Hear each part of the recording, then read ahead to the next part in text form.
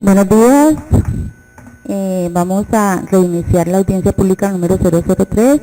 del expediente 312, investigado Silvio Fernando López Cerro, cargo secretario de Deporte y Recreación.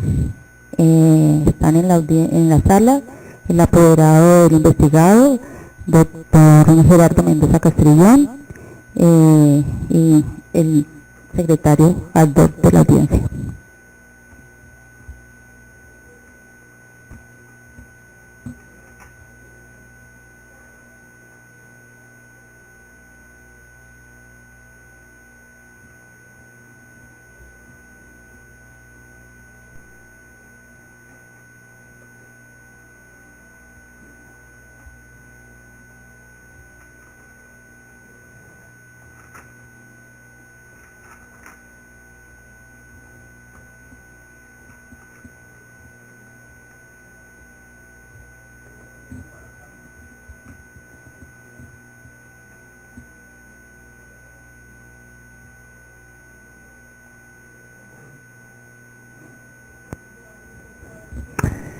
Sí, buenos días, doctora. Para informarle igualmente por parte de este secretario de la audiencia que al momento no se ha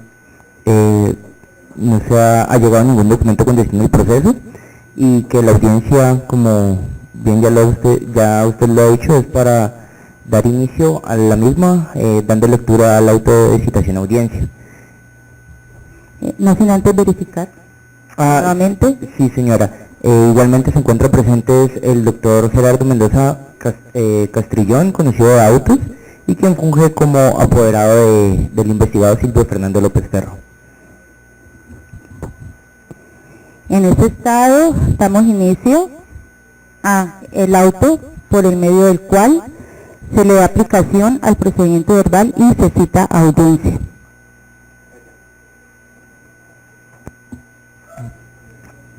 Para efectivo desarrollo de la audiencia se van a establecer unas reglas básicas como son,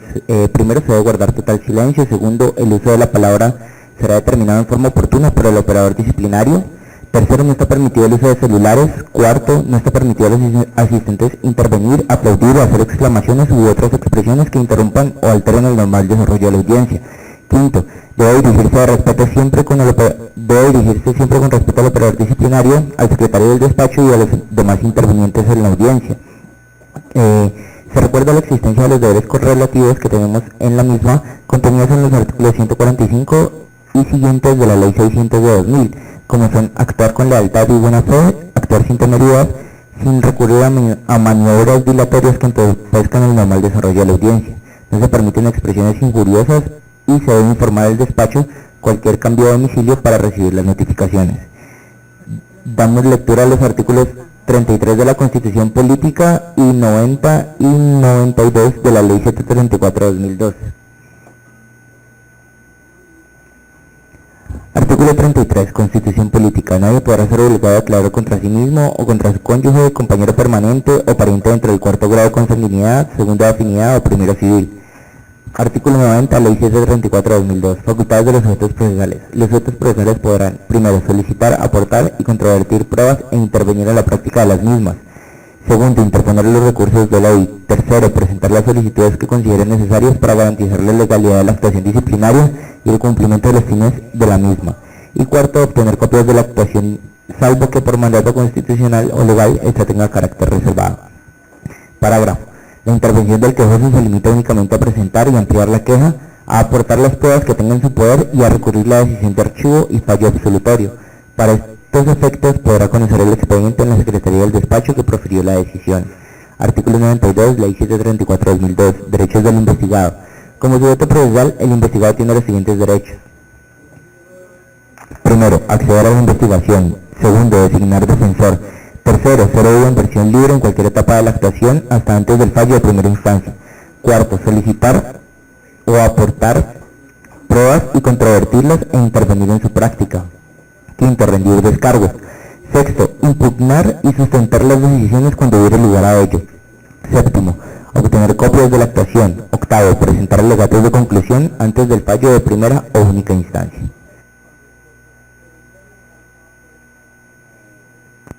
En este sentido, entonces, damos Lectura al auto que ordena la aplicación del procedimiento verbal y cita audiencia.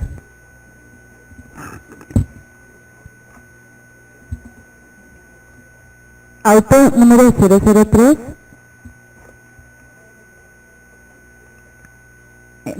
Auto número 053 del 16 de enero de 2018. Expediente 312 del 2017, investigado Silvio Fernando López Ferro, cargo secretario de Deporte y Recreación, entidad Alcaldía de Santiago de Cali, Secretaría de Deporte y Recreación, quejoso, informe del servidor público,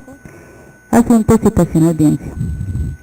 La Dirección Operativa para la Vigilancia de la Conducta Oficial, en ejercicio de las facultades legales y de conformidad con la delegación de funciones otorgada en el Acuerdo Municipal 0251 de 2008 a los personeros delegados, procede a evaluar las actuaciones que conforme el presente expediente para pronunciarse sobre la procedibilidad jurídica de la aplicación al procedimiento verbal previsto en los artículos 175 y siguientes del Código Disciplinario Único, en concordancia con el artículo 57 de la Ley 1474 de 2011, como quiera que se reúnan los requisitos de fondo y en consecuencia citar audiencia al funcionario público servidor público Silvio Fernando López Ferro, quien para la época de los hechos desempeñaba el cargo de secretario de despacho en la Secretaría de Deporte y Recreación de la Alcaldía de Santiago de Cali. Hechos antecedentes. Se originó la presente investigación disciplinaria teniendo en cuenta el informe del servidor público contenido en el memorando de fecha 9 de junio de 2017 del doctor Juan Jesús Calderón Velasco en su condición de director de Participación Ciudadana y Defensa del Interés Público de la Personería Municipal de Santiago de Cali, para dar a conocer el resultado de la actuación que adelantó en virtud de la queja que atendió de parte del señor Edgar Antonio Navia Gutiérrez en torno a unas presuntas irregularidades ocurridas en el proceso de contratación que se adelantó en el año 2016 por parte del servidor público Silvio Fernando López Ferro como ordenador del gasto, que para la época de los hechos se desempeñaba en el cargo de secretario de Deporte y Recreación de la Alcaldía de Santiago de Cali, correspondiendo al hallazgo sobre el presunto fraccionamiento de contratos. Con base en dicho informativo, este despacho expidió el auto número 464 de 2017, del 7 de julio de 2017, por medio de la cual ordena adelantar una indagación preliminar para el esclarecimiento de los hechos, etapa que, encontrándose precluida, corresponde evaluar y la viabilidad de la investigación. Prescripción y determinación de la conducta.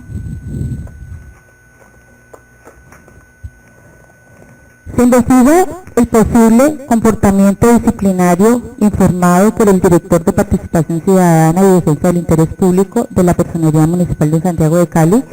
consistente en la presunta violación de normas aplicables a los procesos de contratación que adelantó durante el año 2016 el servidor público Silvio Fernando López Ferro como ordenador del gasto en el ejercicio de las funciones de su cargo como secretario de despacho de la Secretaría de Deporte y Recreación de la Alcaldía de Cali. Para el caso que nos ocupa, se concreta la posible irregularidad en el presunto fraccionamiento de contratos para inobservar la modalidad de selección del contratista. Fraccionamiento de contratos para inobservar la modalidad de selección del contratista. El Estatuto General de Contratación de la Administración Pública, desarrollada a partir de la Ley 80 del 93 y modificada parcialmente por la Ley 1150 de 2007, regula lo relacionado con la escogencia o selección del contratista. Como principio de selección objetiva, por regla general, para la selección del contratista se debe aplicar la licitación pública, pero por excepción y determinado por la cuantía en la contratación y la naturaleza del servicio o bien a adquirir, se establecieron los sistemas de selección abreviada, concurso de méritos y la contratación directa. En virtud de ello, el uso o desarrollo de un procedimiento distinto para proveerse de un bien o servicio configura la infracción de dicho estatuto con relevancia disciplinaria, entre otros. En relación con las cuantías para la vigencia del 2016 se tenían las siguientes. Primero, mínima cuantía hasta 68.945.400. Segundo, menor cuantía desde 68.945.400 pesos hasta 689.454.000 pesos. Mayor cuantía superior a 689 454.000 pesos. El mencionado estatuto prohíbe, en efecto, la utilización de la figura del fraccionamiento de contratos, lo que resulta de dividir el objeto de un mismo contrato que supere una determinada cuantía, menor o mayor, para obtener un monto o cuantía menor, lo que se traduce conforme al numeral 8 del artículo 24 de la Ley 80 del 93 en una desviación o abuso de poder, con lo que se busca es eludir los procesos de selección objetiva y demás requisitos del Estatuto de Contratación Estatal con el ánimo de favorecer a los contratistas. Se tiene que, según el informe oficial, se determinó que tal situación posiblemente se presentó en los contratos de prestación de servicios de apoyo logístico y operativo números contrato número 4162.0.26.1.452 a folio 103-107. Contrato número 4162.0.26.1.453 a folio 268 a 272. Contrato número 4162.0.26.1.454 a folios 470 a 474. Contrato número 4162.0.26.1.455 a folios 679 a 683. Un total de 4 contratos celebrados en la misma fecha, el 5 de julio de 2016, con el mismo contratista, Transportes Especiales y Turísticos de Colombia SAS, representada por el señor Andrés Felipe Caicedo García, además con el mismo objeto, el mismo plazo de duración, al 30 de diciembre de 2016, y el mismo valor total, condiciones y forma de pago, y en general las mismas especificaciones. Las características de estos contratos permiten asumir sin duda alguna la posible existencia de un fraccionamiento prohibido, cuyo valor total ascendía a la suma de 134 millones de pesos, 134.400.000 pesos, lo que entonces no permitía la aplicación del proceso de selección por contratación directa que se utilizó. Los contratos tenían un único objeto por una cuantía superior, para el que debía haberse aplicado un proceso de selección diferente al utilizado, contraviniéndose el principio de concurrencia que hubiera permitido a todas las personas a participar en igualdad de condiciones. Por tanto, los hechos pueden determinar un comportamiento disciplinable atribuible al servidor público ordenador del gasto. Identificación del posible autor y denominación del cargo desempeñado para la época de los hechos. Conforme a lo anterior, se investiga la conducta del servidor público Silvio Fernando López Ferro, identificado con cédula de ciudadanía número 10.117.120, expedida en Pereira, Risaralda, quien se desempeñaba como secretario de despacho en la Secretaría de Deporte y Recreación de la Alcaldía de Santiago de Cali, nombrado mediante decreto número 411.0.20.0001 de enero 1 de 2016 y acta de posesión número 007 de enero 1 de 2016, lo que determina entonces la relación especial de sujeción que tiene con la administración municipal, lo que se atempera a lo dispuesto en el artículo 25 de la Ley 734 de 2002 y que lo hace destinatario de la ley disciplinaria, por tanto sujeto disciplinario de esta instancia disciplinaria. En consecuencia, y teniendo conocimiento pleno sobre los hechos en materia de investigación o de estudio, es procedente concluir expresando que las conductas que finalmente resultan reprochables son producto de la posible omisión o incumplimiento en el ejercicio de sus deberes funcionales, susceptibles de revisión por este despacho bajo los parámetros y reglas establecidas en el artículo 152 del Código Disciplinario Único. Cargo que procede. Del estudio y análisis de los elementos probatorios que hacen parte del plenario, se desprende que Silvio Fernando López Ferro, identificado con cédula de ciudadanía número 10.117.120, expedido en Pereira, Risaralda, quien se desempeñaba como secretario de despacho en la Secretaría de Deporte y Recreación de la Alcaldía de Santiago de Cali para la época de los hechos, es presuntamente responsable y se le formulará el siguiente cargo único. Se le indilga posiblemente haber fraccionado los siguientes contratos de prestación de servicio de apoyo logístico y operativo, números 4162.026.1, 452, 4162.0.26.1, 453, 4162.0.26.1, 454 y y 4162.0.26.1455,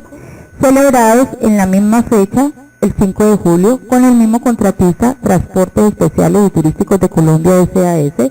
representado por el señor Andrés Felipe Caicedo García, cada uno por un mismo valor, que en totalidad sumaron 134.400 pesos, para permitir con ello la aplicación del proceso de selección diferente, violándose lo dispuesto en numeral 8 del artículo 24 de la Ley 80 de 1993, por el cual las autoridades no actuarán con desviación o abuso de poder y ejercerán sus competencias exclusivamente para los fines previstos en la ley. Igualmente, les será prohibido eludir los procedimientos de selección objetiva y los demás requisitos en el presente estatuto. Pruebas que fundamentan el cargo. Obran como pruebas que fundamentan...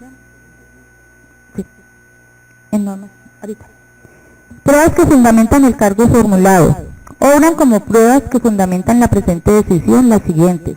Documentales.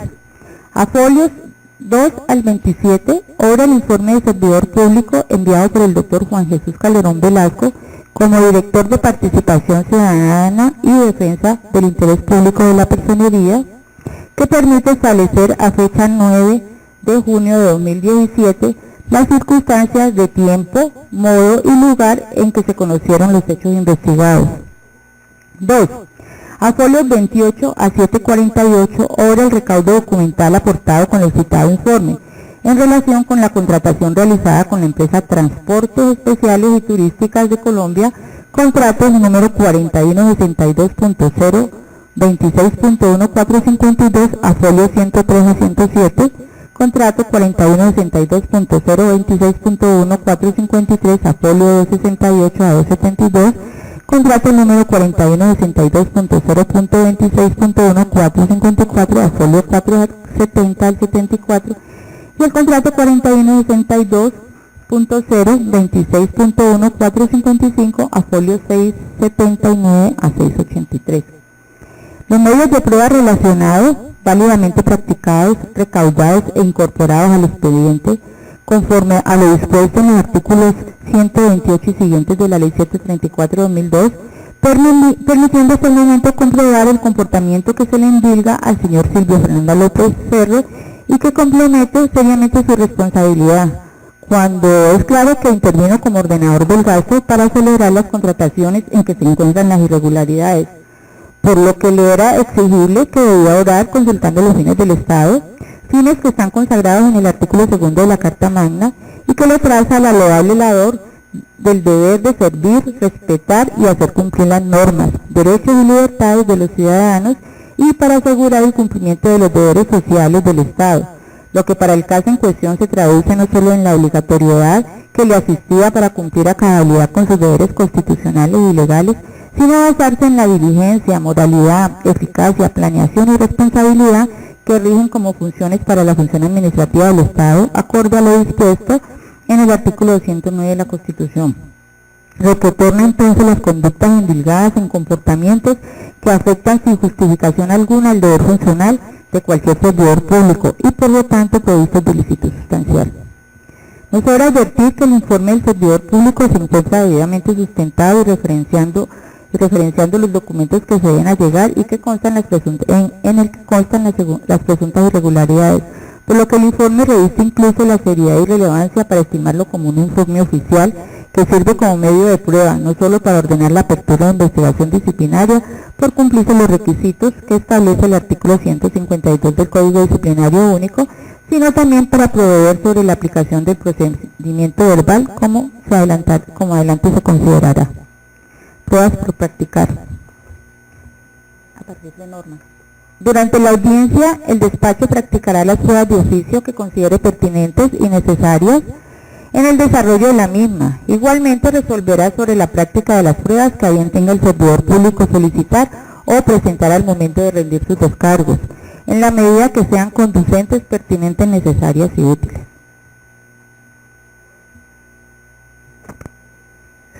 Normas presuntamente violadas. Constitución Política de Colombia. El cuadro reglamentario que incluye el principio de legalidad, consignado en los artículos 6 de la Constitución Política y 4 del Código Disciplinario Único, estatuye que los servidores públicos y los particulares que transitoriamente ejerzan funciones públicas serán juzgados y sancionados disciplinariamente cuando por acción u omisión de funciones incurren en las faltas establecidas en la ley. No se trata entonces únicamente de faltas establecidas en la ley, sino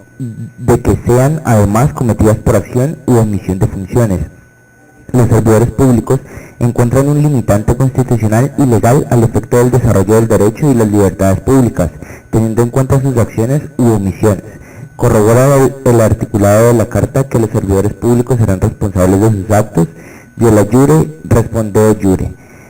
La norma es explícita en el señalamiento de la responsabilidad. En el artículo 9 de la 209 de la Constitución Política establece,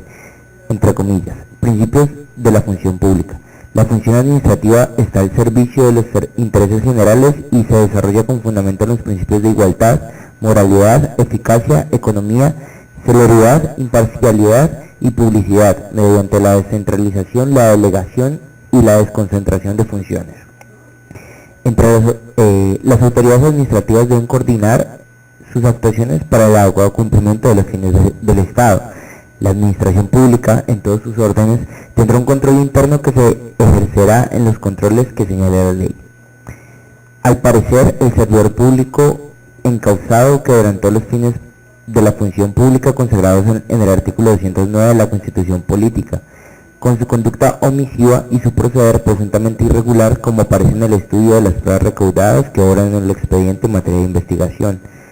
De manera complementaria, este despacho considera oportuno resaltar lo enunciado en el artículo 124 de la Carta Magna que dice: la ley determinará la responsabilidad de los servidores públicos y la manera de hacerlo efectivo. Por tanto, con los comportamientos endilgados se incurrirá en la violación de las siguientes normas. Ley 734 de 2002, artículo 34, deberes. Son deberes de todo servidor público. Primero, cumplir y hacer que se cumplan los deberes contenidos en la Constitución, los tratados de derecho internacional humanitario, los demás ratificados por el Congreso, las leyes, los decretos, las ordenanzas, los acuerdos distritales y municipales, los estatutos de la entidad, los reglamentos y los manuales de funciones, las decisiones judiciales y disciplinarias, las convenciones colectivas, los contratos de trabajo y las órdenes superiores emitidas por funcionario competente. Segundo, cumplir con diligencia, eficiencia e imparcialidad el servicio que les sea encomendado y abstenerse de cualquier acto u omisión que cause la suspensión o perturbación injustificada de un servicio esencial o que implique abuso indebido del cargo o función. Artículo 35 de la Ley 734 de 2002. Prohibiciones. A todo servidor público le está prohibido: primero, incumplir los deberes o abusar de los derechos o extralimitar las funciones contenidas en la Constitución, los tratados internacionales ratificados por el Congreso, las leyes, los decretos, las ordenanzas, los acuerdos distritales y municipales, los estatutos de la entidad, los reglamentos y los manuales de funciones, las decisiones judiciales y disciplinarias, las convenciones colectivas y los contratos de trabajo. Decreto número 411.0.20.0673. Diciembre 6 de 2016, por el cual se adopta el manual específico de funciones y de competencias laborales de las distintas denominaciones de empleo adscritas a la planta de personal de la Administración Central del municipio de Santiago de Cali. Numeral 10. Desempeñar las demás funciones asignadas por la autoridad competente de acuerdo con el nivel, la naturaleza, el área de desempeño y con la profesión del titular del empleo. Decreto 411.110.0.20.015 de enero 13 de 2016, por el cual se efectúan unas delegaciones y se dictan otras disposiciones. Ley 80 de 1993. Se viola lo dispuesto en el numeral octavo del artículo 24 de la Ley 80 de 1993, por el cual las autoridades no actuarán con desviación o abuso de poder y ejercerán sus competencias exclusivamente para los fines previstos en la ley, Igualmente les será prohibido eludir los procedimientos de selección objetiva y los demás requisitos previstos en el presente estatuto. No menos importante, resulta traer a colación principios fundamentales que rigen la contratación estatal y sobre los cuales quienes ejercen la función pública tienen el deber de atender de manera obligatoria. Para el caso que nos ocupa, citaremos el principio de transparencia, de economía y responsabilidad. Bajo el principio de transparencia, se asegura que la contratación adelantada por las entidades estatales se realiza mediante procesos de selección públicos, cuyas reglas sean objetivas, claras, justas y completas, que permitan a los proponentes entregar propuestas idóneas y asimismo representar objeciones, observaciones, preguntas y o aclaraciones a los documentos adoptados por la entidad. De igual manera, este principio propende por garantizar que los procesos sean llevados a cabo bajo condiciones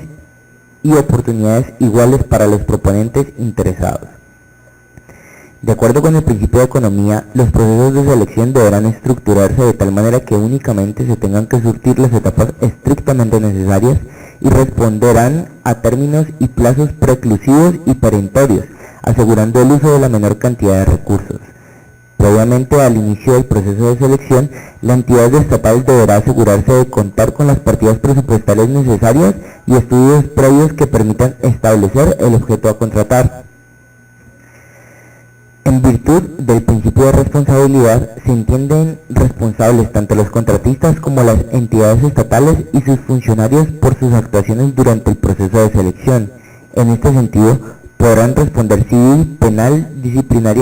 disciplinariamente cuando por sus actos y o omisiones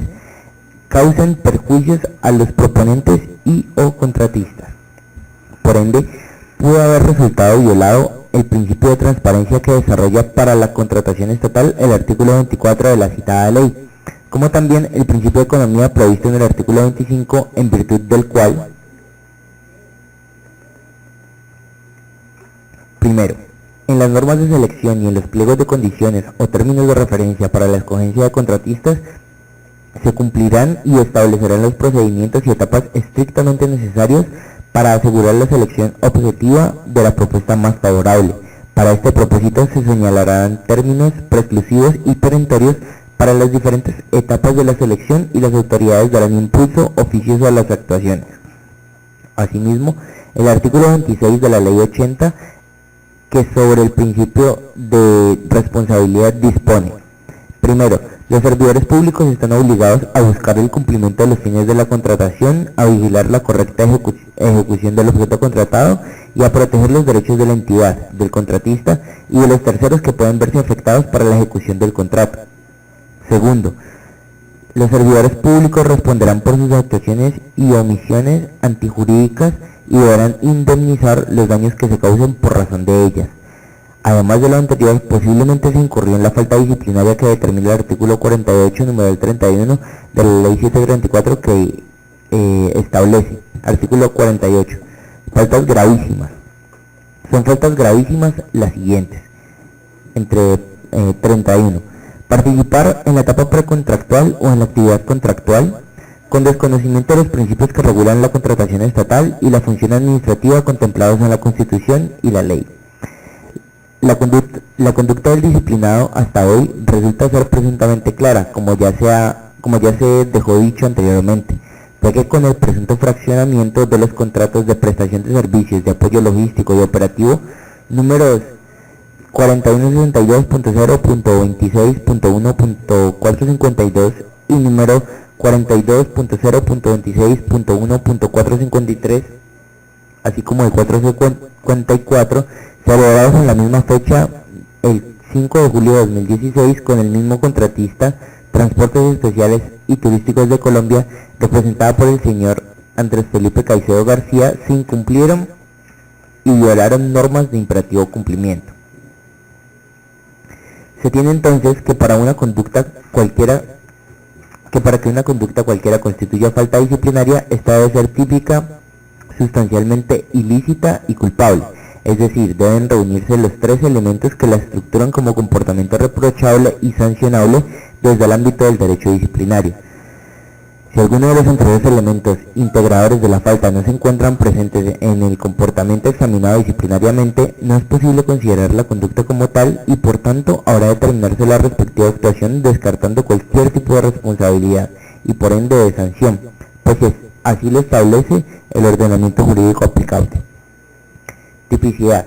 El artículo 23 de la Ley 734/2002 indica que constituye falta disciplinaria y por lo tanto da lugar a la acción e imposición de la sanción correspondiente la incursión de las conductas o comportamientos previstos en este código, que conlleva el incumplimiento de deberes, extralimitación en el ejercicio de derechos y funciones, prohibición y violación al régimen de inhabilidades, incompatibilidades, impedimentos y conflicto de intereses, sin estar amparados por cualquiera de las causales de exclusión de responsabilidad contempladas en el artículo 28 del presente ordenamiento. Es típica porque como consecuencia de esta violación, al parecer, infringió los estatutos, los artículos 6 y 209 constitucionales, el artículo 4, artículo 34 y numerales primero y segundo, artículo 35, numeral primero, artículo 48, numeral 31, asimismo los artículos 24, 25 y 26 de la Ley 80 de 1993. Ilicitud sustancial. Este principio rector de la ley disciplinaria, aterrizado al caso concreto, se configura en cabeza del investigado en su condición de secretario de Deportes y Recreación del municipio de Santiago de Cali, donde al parecer permitió el fraccionamiento de los contratos de prestación de servicio de apoyo logístico y operativo ya antes mencionados con el contratista Transportes Especiales y Turísticos de Colombia, representado por el señor Andrés Felipe Caicedo García, cada uno por un mismo valor que en totalidad sumaron 134.400.000 pesos, para permitir con ello la aplicación del proceso de selección diferente, violándose lo dispuesto en el numeral octavo del artículo 24 de la Ley 80 de 1993. Sobre la ilicitud sustancial, precisó la Corte Constitucional en la sentencia C-948/2002, en la que declaró la exequibilidad del artículo 5 de la Ley 734/2002, que el objeto de la protección del derecho disciplinario es sin lugar a dudas el deber funcional de quien tiene a su cargo la función pública. Asimismo, afirmó sobre el alcance de la ilicitud sustancial que el incumplimiento de dicho deber funcional es entonces necesariamente el que orienta la determinación de la antijuricidad de las conductas que se reprochan por la ley disciplinaria. Obviamente, no es el desconocimiento formal de dicho deber el que origina la falta disciplinaria, sino que, como por lo demás lo señala la disposición acusada, es la infracción sustancial de dicho deber, es decir, el que se atente contra el buen funcionamiento del Estado y por ende contra sus fines, lo que se encuentra al origen de la antijuricidad de la conducta. Dicho contenido sustancial remite precisamente a la inobservancia del deber funcional que por sí misma altera el correcto funcionamiento del Estado y la consecución de sus fines. Sentencia del Consejo de Estado, sección segunda, subsección B, consejero ponente César Palomino Cortés, Bogotá, 12 de octubre de 2016. Con esta norma se protege el correcto desempeño de la función pública, la cual solo da lugar a responsabilidad disciplinaria cuando afecte o ponga en peligro el correcto funcionamiento del Estado y la consecución de sus fines.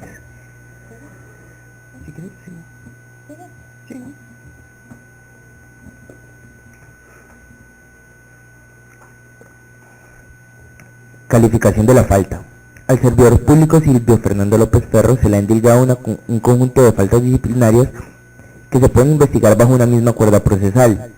cuando están relacionadas con el deber funcional que le era exigible como ordenador del gasto. En virtud de los procesos contractuales que desarrolló en la vigencia del 2016, merece hasta el momento la misma calificación provisional, falta gravísima, determinado ello en razón de las consideraciones expuestas sobre las normas presuntamente violadas, que nos conlleva a describir el comportamiento como tales a la luz de lo dispuesto en el numeral 31 del artículo 48 de la Ley 734/2002, por estar allí enlistada la conducta relacionada con la violación de las normas dispuestas en materia de contratación estatal y la función administrativa del Estado en tal sentido. Forma de culpabilidad. Las dos formas de culpabilidad admitidas en el derecho disciplinario son el dolo y la culpa, según lo dispone el artículo 13 de la Ley 734 de 2002, y el sujeto agente puede hacerlo por acción u omisión de la misma. Para que un servidor sea declarado disciplinariamente responsable de una falta descrita previamente en la ley, se requiere necesariamente la existencia de un elemento subjetivo de la conducta, es decir, que haya sido cometida a título de dolo o culpa, lo cual se deriva del contenido mismo del artículo 29 de la Constitución Política, al establecer: toda persona se presume inocente mientras no se haya declarado judicialmente culpable. De esta forma, está excluida toda forma de responsabilidad objetiva, como un simple juicio de reproche por la coincidencia del comportamiento desplegado con el tipo disciplinario, la infracción del deber impuesto o de la prohibición decretada. Este principio de culpabilidad fue definido por la Corte Constitucional como la misma responsabilidad plena, la cual comporta un juicio de exigibilidad en virtud del cual se le imputa al servidor estatal la realización de un comportamiento disciplinario contrario a las normas jurídicas que lo rigen, dentro de un proceso que se ha de adelantar con la observación de las reglas constitucionales y legales que lo regulan, garantizando siempre un debido proceso y el ejercicio pleno del derecho de defensa que le asiste al imputado, y tiene aplicación dentro del derecho disciplinario al igual que en el derecho penal, en el cual se consagran garantías sustanciales y procesales en favor del investigado, en aras del respeto de sus derechos fundamentales y además para controlar la potestad sancionatoria del Estado. De esta manera, las autoridades deben verificar si la conducta que se atribuye al encartado fue cometida con dolo o culpa, es decir, de forma intencional o por descuido. La Ley 734 de 2002, en el parágrafo del artículo 44, definió los conceptos de culpa grave y culpa gravísima. Sentencia del Consejo de Estado, consejero ponente William Hernández Gómez, Bogotá, 24 de agosto de 2017. Considera el despacho que se debe predicar la forma de culpabilidad a título de dolo, tanto por el perfil profesional del servidor público que ostentaba grado de educación universitario, además con experiencia y conocimiento, como por la jerarquía del cargo,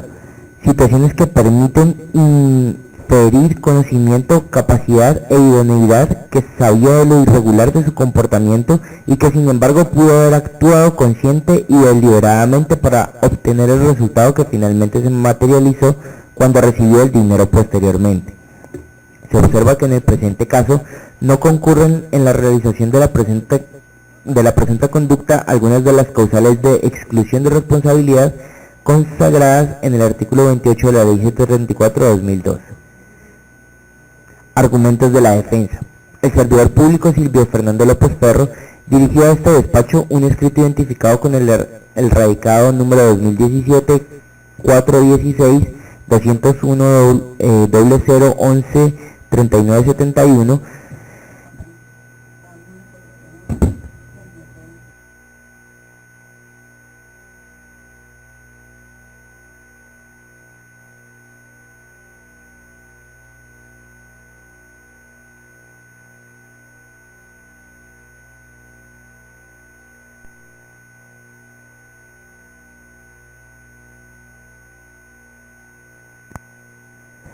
se realiza una corrección, entonces se retoma. Considera el despacho que se debe predicar la forma de culpabilidad a título de dolo, tanto por el perfil profesional del servidor público que ostentaba grado de educación universitario, además con experiencia y conocimiento, como por la jerarquía del cargo, situaciones que permiten inferir conocimiento, capacidad e idoneidad, que sabía de lo irregular de su comportamiento y que sin embargo pudo haber actuado consciente y deliberadamente.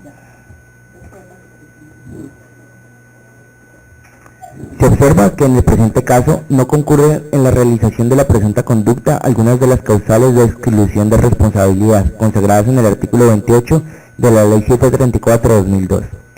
Argumentos de la defensa. El servidor público Silvio Fernando López Ferro dirigió a este despacho un escrito identificado con el radicado número 2017-416-201-0011-3971 del 18 de septiembre del 2017, donde explica que por los mismos hechos ya se adelantó una investigación en que fue investigado, decretándose el archivo de la misma mediante el auto número 320 del 30 de septiembre de 2016 y que tuvo origen por queja de Luis José Osorio. No obstante, que el investigado no aporta medio de prueba idóneo al respecto, se observa que en el desarrollo de su escrito hace referencia a otros eventos de contratación, por lo que la actuación se continuará dejándose constancia que el servidor público goza de la presunción de inocencia y que el despacho deberá cumplir con la carga probatoria que impone el Estado, y que de sobrevenir prueba que determine lo contrario a lo considerado, se resolverá lo pertinente. Aplicación del procedimiento verbal. El inciso final del artículo 175 de la Ley 734/2002, modificado por el artículo 57 de la Ley 1474/2011, indica: en todo caso, y cualquiera que fuere el sujeto disciplinable, si en el momento de valorar sobre la decisión de apertura de investigación estuvieran dados los requisitos sustanciales para proferir pliego de cargos, se citará audiencia. La Corte Constitucional, en vigencia del artículo 175 del Código Disciplinario Único, estudió la constitucionalidad de su inciso final citado anteriormente y resolvió en sentencia C-242 de 2010 declararlo exequible argumentando: como puede constatarse en este último evento, el inciso tercero permite la aplicación del procedimiento verbal en el proceso ordinario por mandato expreso de la ley, cuando se cumplen unas exigencias específicas. Así las cosas, cualquier funcionario público, eventual sujeto de acción disciplinaria, sabrá por adelantado que si con las pruebas que acompañan la queja o si en desarrollo del proceso ordinario, durante la indagación preliminar, la autoridad disciplinaria encuentra que se llenan las exigencias sustanciales para proferir pliego de cargos, entonces se podrá citar a audiencia. Desde el comienzo es claro para el funcionario encartado que, de existir prueba fehaciente de la configuración de la falta, podrá aplicarse el procedimiento verbal. En modo alguno se le sume la incertidumbre jurídica procesal, pues de antemano se sabe que, ante la existencia de méritos en los elementos de prueba sobre la configuración de la falta y su eventual responsabilidad,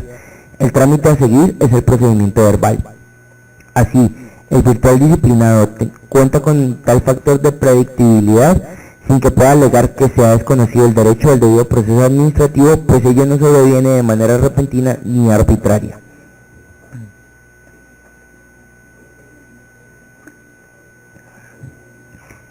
Importante manifestar que el Consejo de Estado, mediante el análisis jurisprudencial de la sentencia C-242 del 2010, precisó tres aspectos sustanciales sobre el inciso tercero del artículo 175 del Código Disciplinario Único, en virtud del cual se establece la apertura de investigación en el procedimiento verbal contra servidores públicos. Según explica la jurisprudencia, esta disposición plantea una alternativa adicional a los incisos primero y segundo, dejando claro que puede recaer sobre cualquier sujeto disciplinable, y que el momento para cambiar el procedimiento ordinario por el verbal se da mediante la apertura de investigación. Segundo,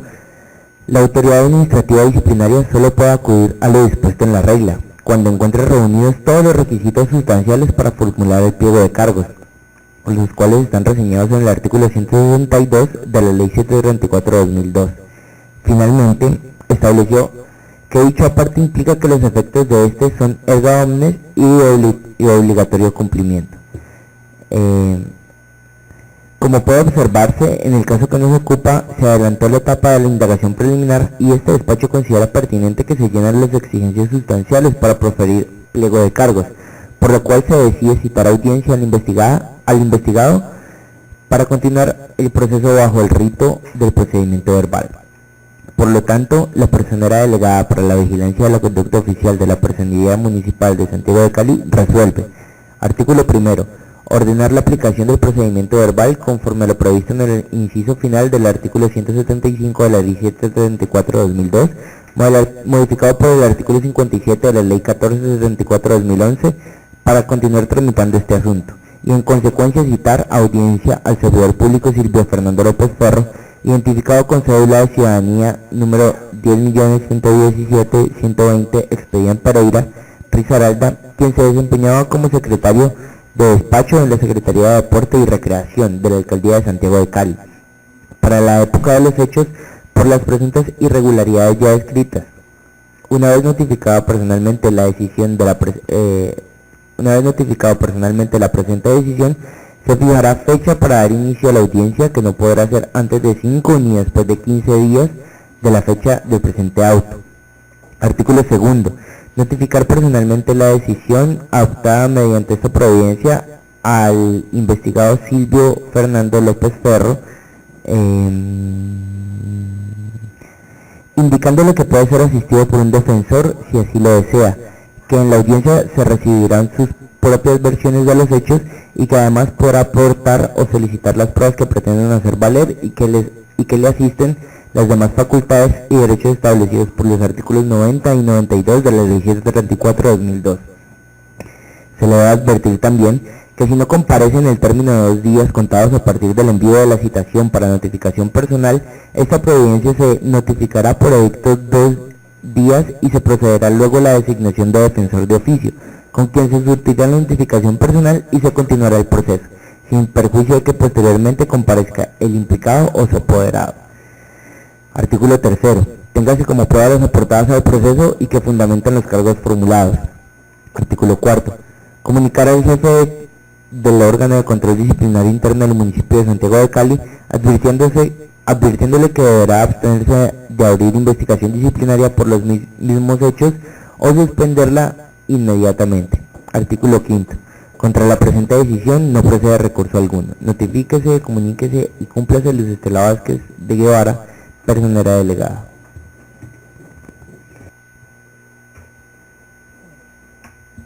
En este estado de la diligencia se da el uso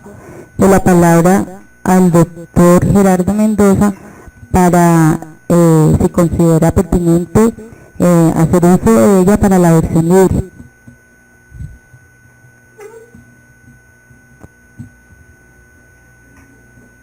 Gracias, señora personera, doctora Luz Estela Vázquez,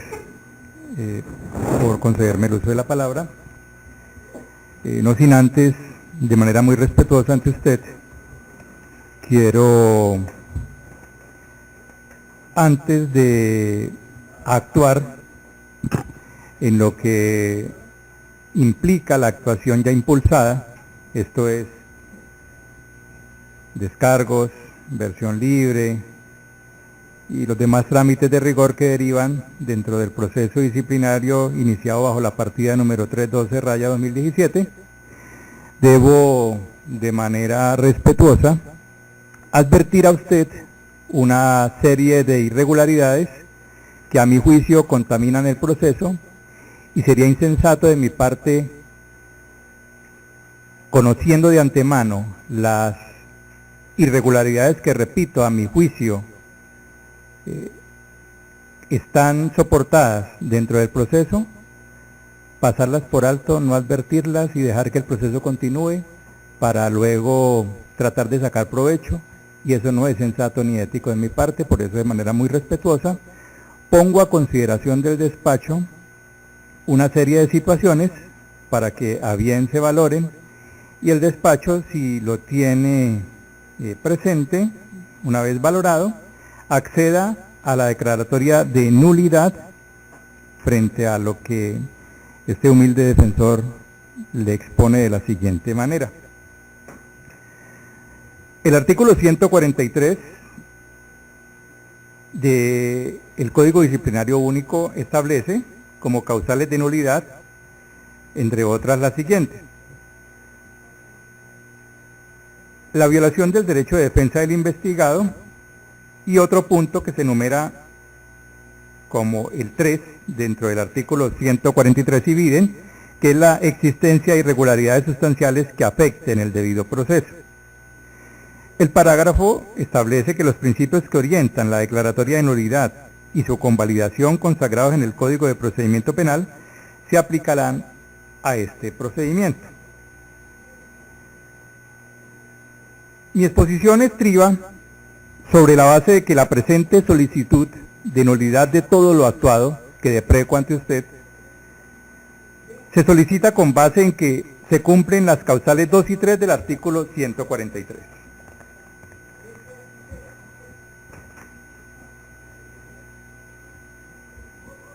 Empiezo a desarrollar punto por punto para advertirle a despacho las irregularidades que a mi modo, campean dentro del expediente.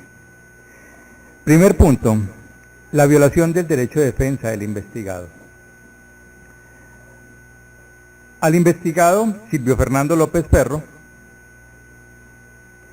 se le vulneró el derecho de defensa al no permitirse que rindiera versión libre, omitiendo que el proceso se iniciara con indagación preliminar en cabeza suya, cumpliendo los requisitos establecidos para este tipo de indagaciones. Contrario a estas garantías, se recepcionó una queja ciudadana sin aporte de pruebas, sin ser ratificada, e inmediatamente, con eficiencia considerable, en 2 días se realizó una visita por la entidad, esto es la Personería Municipal, con la misión de convertir esta queja en informe de servidor público para así manejar cualquier tiempo en la investigación, impedir una versión libre del investigado y tramitar el proceso como verbal, cuando la realidad es que debió tratarse de un proceso ordinario iniciado por queja ciudadana con sujeto conocido y claramente determinado, con derecho a ser escuchado en versión libre. Bien reza el artículo 150 de la Ley 734 de 2002, como presupuestos de la indagación preliminar, los siguientes: verificar la ocurrencia de la conducta, determinar si es constitutiva de falta disciplinaria, y 3, individualizar al presunto autor. En el caso de Marras, doctora Luz Estela, encontramos que fácil era tener individualizado al doctor Silvio Fernando López Ferro, persona conocida, de amplia trayectoria en el municipio de Santiago de Cali, como quiera que es el secretario de Deportes del municipio, y por lo tanto es quien firma presuntamente los contratos objeto de reproche. Por lo tanto, no era imposible para el despacho, luego de hacer una observación minuciosa al acervo documental, para concluir que el sujeto disciplinable estaba individualizado, y por lo tanto, individualizado, bien podría en esa instancia habérsele llamado a versión libre, escuchar sus argumentos de defensa y a lo mejor no trascender a estas instancias en donde, cuando se llega a una situación de imputación, es porque efectivamente se ha considerado por parte del despacho que hay una prueba que compromete la responsabilidad del investigado, y 2,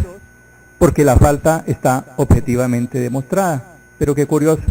sin haber escuchado directamente al implicado, de fácil individualización, el cual es requisito sine qua non dentro de los presupuestos de la indagación preliminar previstos en el artículo 150 y viren. Reitero, entonces, que no obstante a tener identificado al empleado que al parecer incurrió en la presunta irregularidad funcional, ya que la queja ciudadana se presentó directamente en su contra, y toda vez que los contratos objeto de revisión fueron suscritos por el funcionario Silvio Fernando López Ferro, secretario de Deporte y Recreación de Santiago de Cali, se abrió indagación preliminar de carácter averiguatorio mediante auto número 464 de 2017, con el fin, como bien lo acoté, de verificar la ocurrencia de la conducta, determinar si era constitutiva de falta disciplinaria o si se había actuado al amparo de una causal de exclusión de responsabilidad. Como claramente lo expresa el auto de citación audiencia número 053 de enero 16 de 2018, la queja ciudadana interpuesta se presenta en torno a presuntas irregularidades ocurridas en el proceso de contratación que se adelantó en el año 2016 por parte del servidor público Silvio Fernando López Ferro como ordenador del gasto para la época de los hechos, desempeñando el cargo de secretario de Deporte y Recreación de la Alcaldía de Santiago de Cali. Es decir, que es claro para el investigador disciplinario que desde el momento de la queja ciudadana, el sujeto a investigar era ya conocido y determinado, por ende, debió entonces, si bien el despacho, obviamente que no me cabe duda, quería precisar mucho más la situación, llamar a ratificación al quejoso, lo cual no obra dentro del expediente que de manera eficiente esta defensa recibió copia íntegra y reposa en mis manos. Bien dice la sentencia C430 del año 97 que la queja no es una prueba, porque de serlo no necesitaría demostrarse a menos que sea ratificada con las formalidades propias de la prueba testimonial. Ello puede dar origen a la acción disciplinaria según el artículo 47 del CDU, es decir, eventualmente puede poner en movimiento la actividad disciplinaria y en tal situación determinar la posibilidad de que se surta la indagación preliminar y que se cite al funcionario denunciando para que exponga su versión sobre los hechos constitutivos de aquella, o bien que se abra la investigación si del contenido de la queja se deduce que hay mérito para ello, cierro comillas, lo ha dicho la Corte Constitucional y lo traigo como argumento de defensa. Ese fue el deber ser, pero se omitió, por lo tanto, si continuó la situación, continuó el proceso, y como ya se manifestó en este caso, la queja ciudadana no fue ratificada, ni se llamó a mi defendido para que rindiera versión libre, sino que esta queja se utilizó como instrumento, como información, para impulsar una investigación de oficio,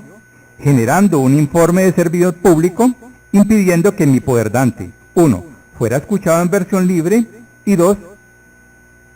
participar en algo a mi modo elemental, y es en el derecho de controvertir la prueba que tiene el investigado. O sea, no concibo, doctora Luz Estela, y de manera respetuosa, que a espaldas de mi defendido se haya hecho un recaudo probatorio y él no haya tenido la oportunidad de venir y poder controvertir la prueba, porque vistas las piezas documentales, el procedimiento se abre de carácter averiguatorio, es decir, siendo de carácter averiguatorio tiene reserva, y así él quisiera o sospechara de que está implicado, no tenía acceso al expediente, porque no se podía violar la reserva. De esa manera entonces se impulsa una actuación a espaldas de mi defendido. Y eso es lo que yo, reiterándole el especial respeto que tengo hacia usted y hacia esta entidad, Ministerio Público Personería, que no comparto y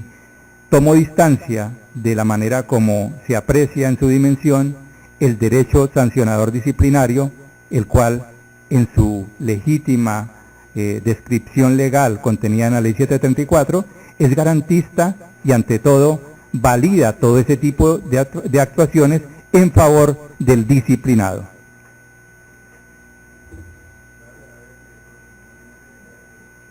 De otro lado, quiero acotar que la omisión en la valoración de la versión libre del investigado implica abandonar la posibilidad de determinar el grado de culpabilidad con el cual actuó el procesado en la conducta, por lo que es objeto de proceso administrativo disciplinario. Eso implica que quizá no hubo un análisis formal e integral del material probatorio vertido en el proceso, pues resulta pertinente recordar que la versión libre no solamente es un medio de defensa del implicado, sino también un medio de prueba, a partir del cual se puede determinar el grado de conocimiento que tenía el implicado al momento de cometer la conducta, si tenía o no razones para adoptar la decisión y de ello exigirle o no una conducta distinta. Siguiente punto.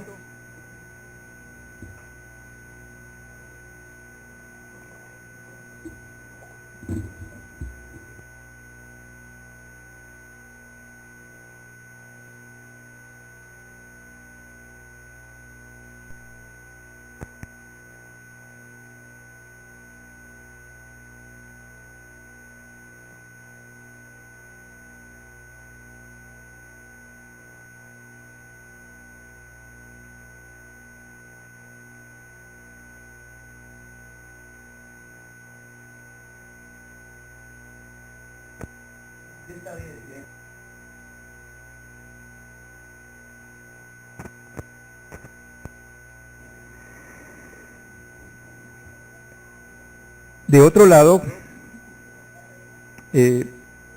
continúo entonces con el siguiente punto, el cual quiero llamar mucho la atención de las garantías que caracterizan el despacho que usted regenta, doctora Luz Estela, para manifestarle algo que para mí es trascendental. Bien dice el adagio popular que lo que mal empieza, mal puede terminar. y yo no quiero que una actuación suya termine mal. Habida cuenta que conozco su talante, su profesionalismo y doy fe de su mejor condición de persona, y por lo tanto entonces una prueba recaudada no en debida forma contamina la actuación. Se dice que en cumplimiento del artículo 128 de la Ley 734 de 2002, toda decisión interlocutoria y el fallo disciplinario deben fundarse en pruebas legalmente producidas y aportadas al proceso por petición de cualquier sujeto procesal o en forma oficiosa. La carga de la prueba corresponde al Estado. Eso no admite discusión. Mire usted, señora operadora, que la presente investigación tuvo su inicio en una queja ciudadana,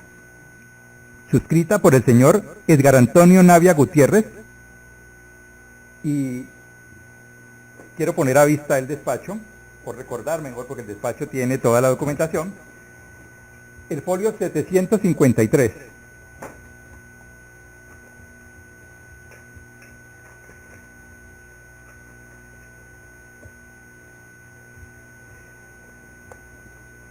El folio 753, que lo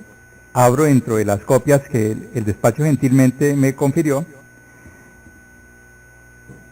se evidencia un oficio firmado por el señor Edgar Antonio Navia Gutiérrez, radicado en la personería el 26 de abril del año 2017, en el cual este ciudadano,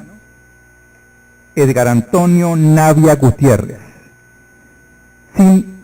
identificación y sin ningún otro documento distinto, un folio, expone una situación y activa de manera irregular el aparato disciplinario.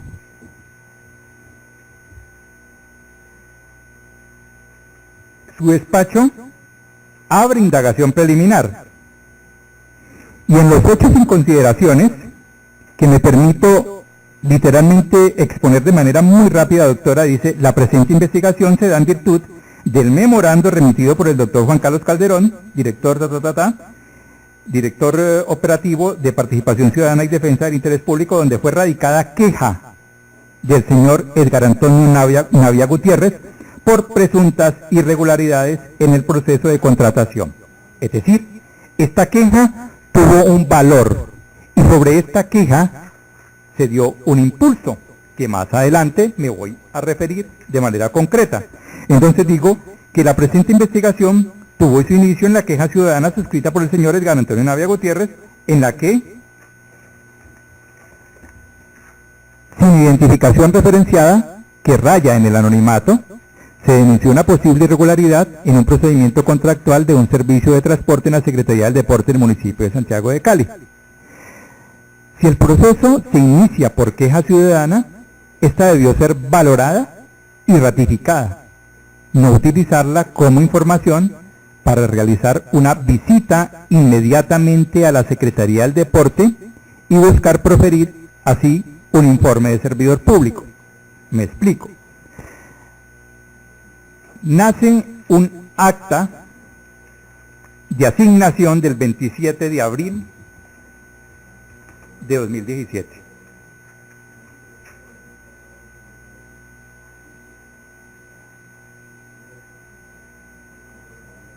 Esta acta la suscribe el doctor Juan Carlos Rojas Correa, personero auxiliar, y en ella se establece, digámoslo así, una observación en la que literalmente se dice realizar la respectiva visita de gestión y revisión de los contratos contenidos en la solicitud presentada. Una vez finalizada la respectiva visita, realizar el informe de la situación encontrada a fin de realizar los traslados correspondientes. Esta situación la firma el doctor Juan Carlos Rojas Correa. Doctora Luz Estela, yo no encuentro competencia del doctor Juan Carlos Rojas Correa, personero auxiliar, para emitir un acta de asignación general. Sin rayar en la vanidad, le quiero manifestar que me precio de conocer la personería y su estructura. Y la competencia es reglada en lo público.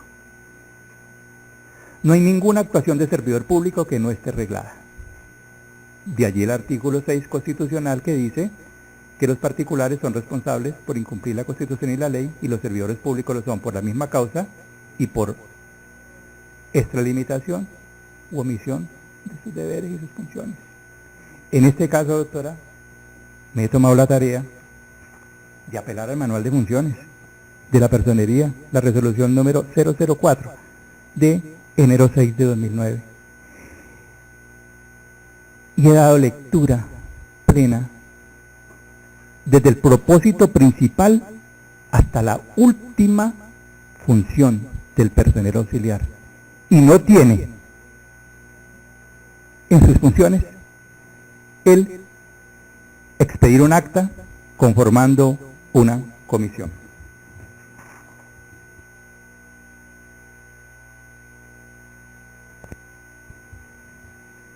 He ahí que el nacimiento de la actuación de entrada ya está contaminado. De entrada ya está contaminado y admite el cuestionamiento de este defensor, porque mal pudo pasar por alto el recaudo de una prueba violatoria del debido proceso. Porque como bien lo expresa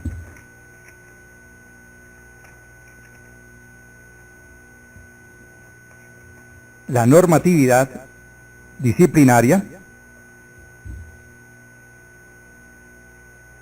toda prueba recaudada con violación al debido proceso es nula. Por lo tanto, si del informe viene el recaudo probatorio, esas pruebas no tienen validez. Por lo tanto, vicia el auto de citación a audiencia que soporta su decisión plenamente en el informe. El informe que deviene de un ciudadano anónimo. Porque es que el anonimato no es solamente de nombre, el anonimato es también de identificación. Y es que si el ciudadano existe, doctora, yo sí le pido formalmente que me lo cite para ratificar. Y para yo contrainterrogarlo, porque tengo derecho a contrainterrogarlo en favor de mi defendido. Continúo entonces con el hilo conductor que traía, en el sentido, doctora, de manifestar que si el proceso se inicia entonces por esa queja ciudadana, la misma debió ser valorada, ratificada y no utilizarla como información para realizar visita inmediatamente a la Secretaría del Deporte y buscar proferidas y el informe de servidor público. Mire usted, doctora, que de conformidad con el acta de asignación del 27 de abril de 2017 puesta a su vista y si quiere aportada como prueba, se fijó la comisión para el 18 de mayo de 2017. Sin embargo, la visita se realizó al otro día del acta, es decir, el 28 de abril. Por ende, cuando los funcionarios de la personería visitaron las instalaciones de la Secretaría del Deporte, visitaron las instalaciones de la Secretaría del Deporte, no tenían asignación para la misma. Repito, el acta de asignación es del 27 de abril y se fijó comisión para el 18 de mayo de 2017. Pero curioso, la visita se realizó el 28 de abril. Le repito, las actuaciones de los servidores públicos son regladas. Y si se estableció que la comisión debía de ir el día 18 de mayo, no tenía por qué ningún funcionario de la personería desplazarse en fecha distinta a la ya ordenada por el presunto funcionario, digámoslo así, sin competencia. Hablo del personero auxiliar que conformó una comisión para que realizara una visita.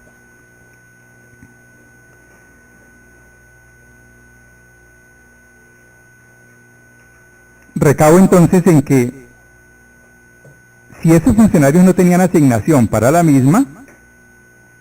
su actuación fue arbitraria, al igual que su comportamiento el día de la visita, de tal manera que no era posible que se desenvolvieran en la misma de manera personal, como lo hicieron. De otra parte, doctora Luz Estela, en cumplimiento del artículo 130 de la Ley 734 de 2002, quiero exponerle que son medios de prueba: la confesión, el testimonio, la peritación, la inspección o visita especial, y los documentos y cualquier otro medio técnico científico que no viole el ordenamiento jurídico, los cuales se practicarán de acuerdo con las reglas previstas en la Ley 600 de 2000 en cuanto sean compatibles con la naturaleza y reglas del derecho disciplinario.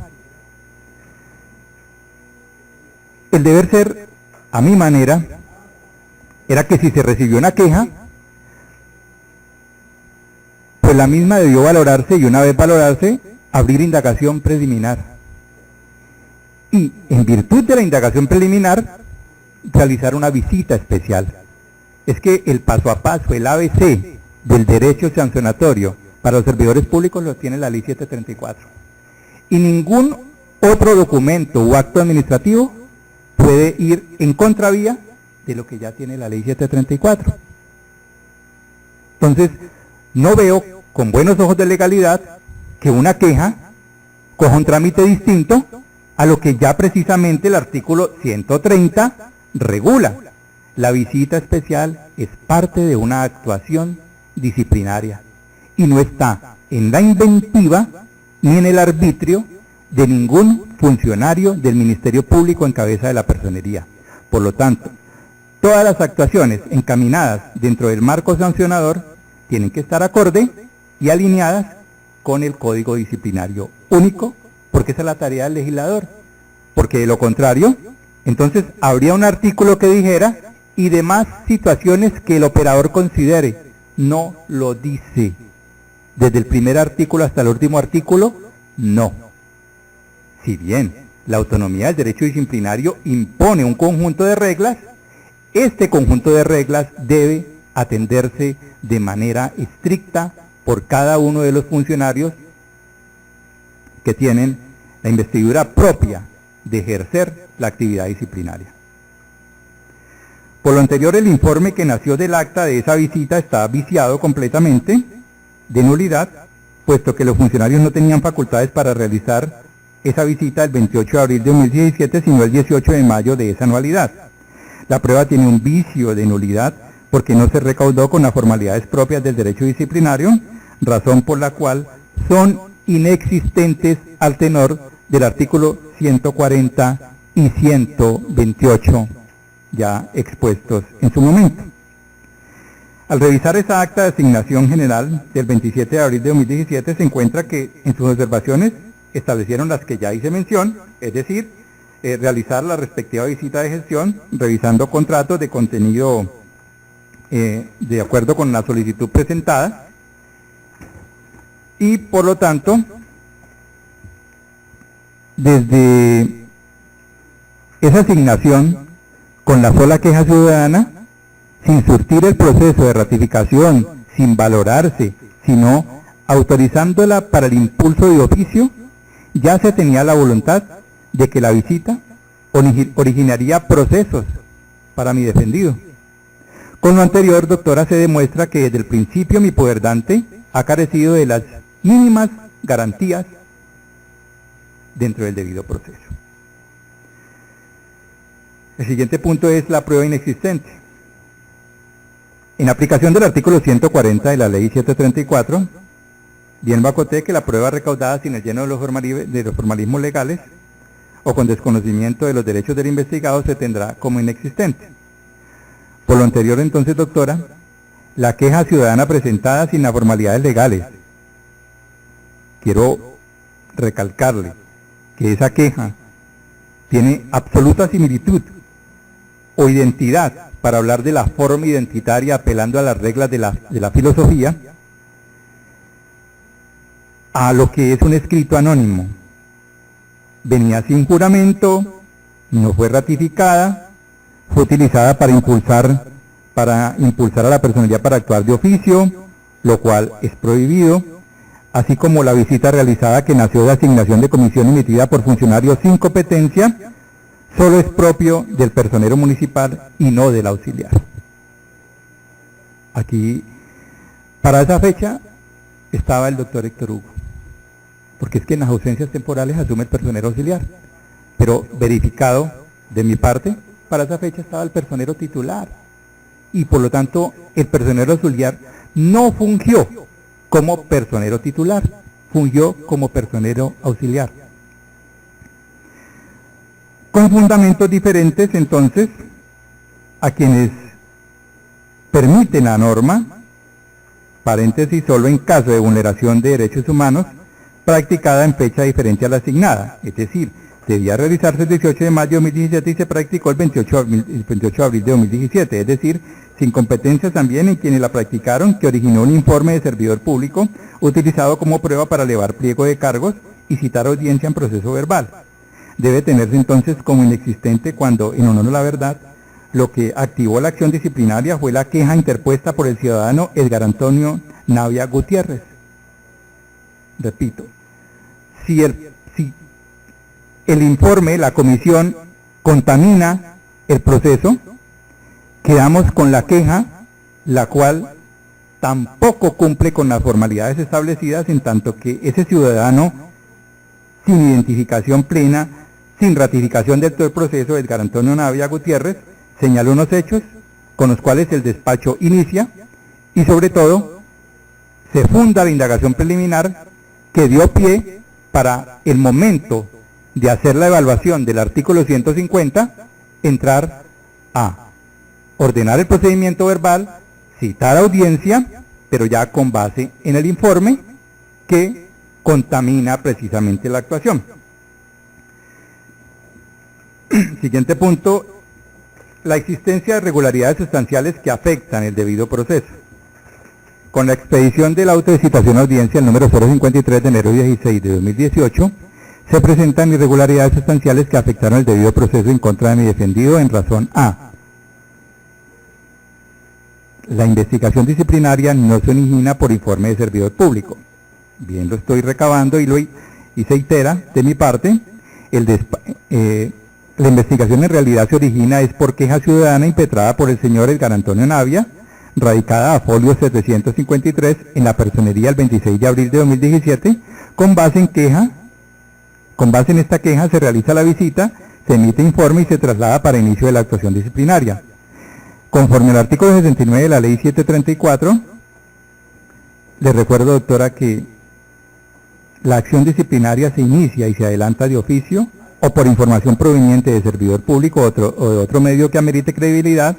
o por queja formulada por cualquier persona, y no procederá por anónimos,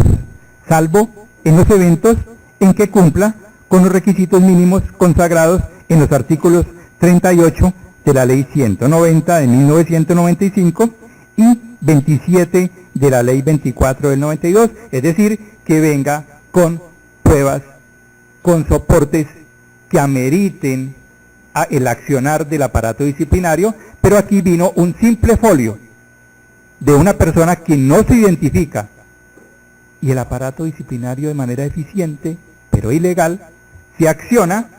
no dentro de los parámetros de la Ley 734, sino a criterio del personero auxiliar sin competencia,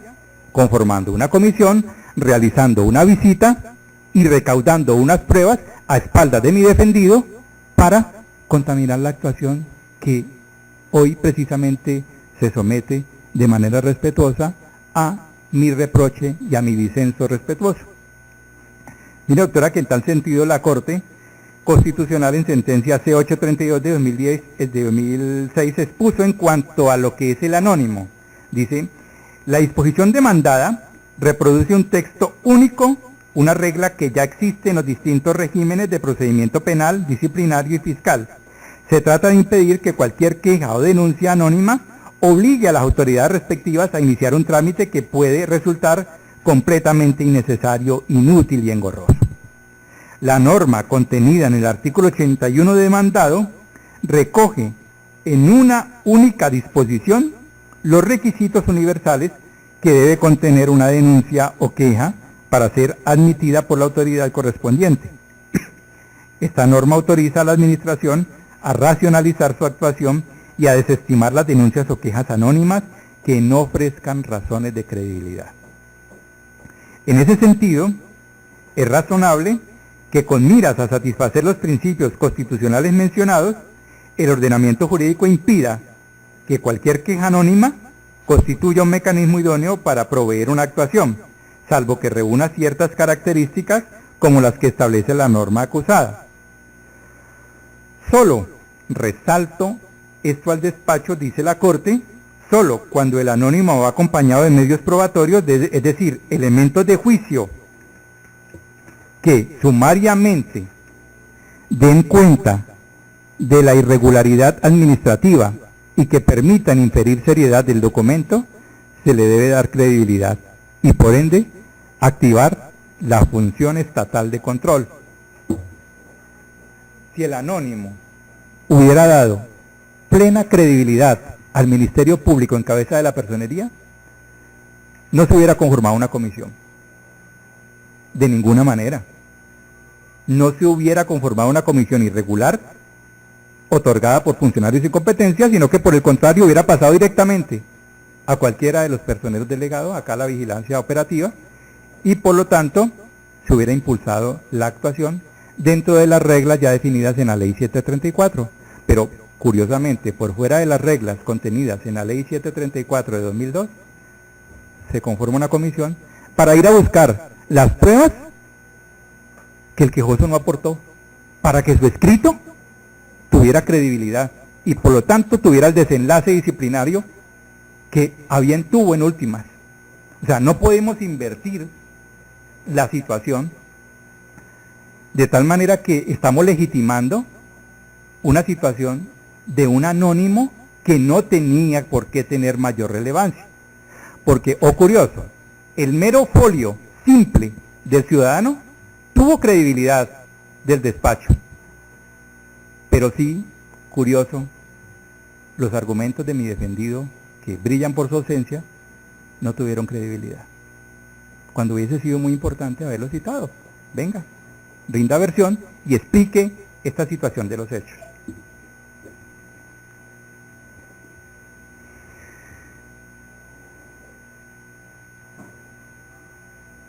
Continúo manifestando que sin tener en cuenta lo establecido en la normatividad, el señor personero auxiliar, en lugar de enviar la queja a la Dirección para la Vigilancia de la Conducta Oficial, con el fin de que se evaluara si se iniciaba investigación preliminar o la Contraloría Municipal, que es la entidad del control posterior con competencia para realizar auditorías con base en este tipo de quejas, ordenó la visita con el fin de producir informe de servidor público, cambiando así el verdadero origen de la actuación disciplinaria. Como bien se puede observar de la lectura del auto que había en el despacho estimó conveniente hacer, se expresó que el origen de la presente investigación disciplinaria es el informe del servidor público contenido en el memorando de fecha 9 de junio de 2017, obrante a folio 2. Sí, como obra, como bien consta entonces, se inicia con informe, dice el auto de citación audiencia, obrante a folio 2. Enseña la doctrina disciplinaria especializada, comillas, el Código Disciplinario Único no exige un ritual predeterminado para recepcionar una queja que desee formular un ciudadano, pero los requisitos indicados en el artículo 29 del Código de Procedimiento Penal son aplicables. La queja se hará bajo juramento, verbalmente o por escrito, dejando constancia del día y hora de su presentación y contendrá una relación detallada de los hechos de que conozca el quejoso. La queja debe revestir algunas exigencias adicionales, acompañarse de las pruebas existentes y que se encuentren en poder del quejoso o de la indicación del lugar o de las personas que permiten su acceso.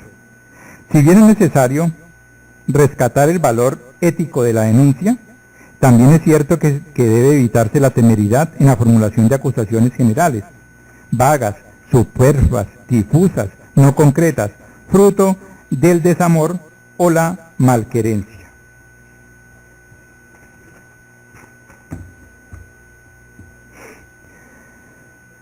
Recabo nuevamente en la ratificación de la queja, exponiéndole a su digno despacho que la normatividad disciplinaria no hace mención alguna de la exigencia de hacer ratificar la queja formulada. Sin embargo, doctora Luz Estela, como dijo la Corte Constitucional en la sentencia C430 de 97, referida en líneas precedentes, al no ser la queja una prueba, porque de serlo no necesariamente, de serlo no necesitaría demostrarse,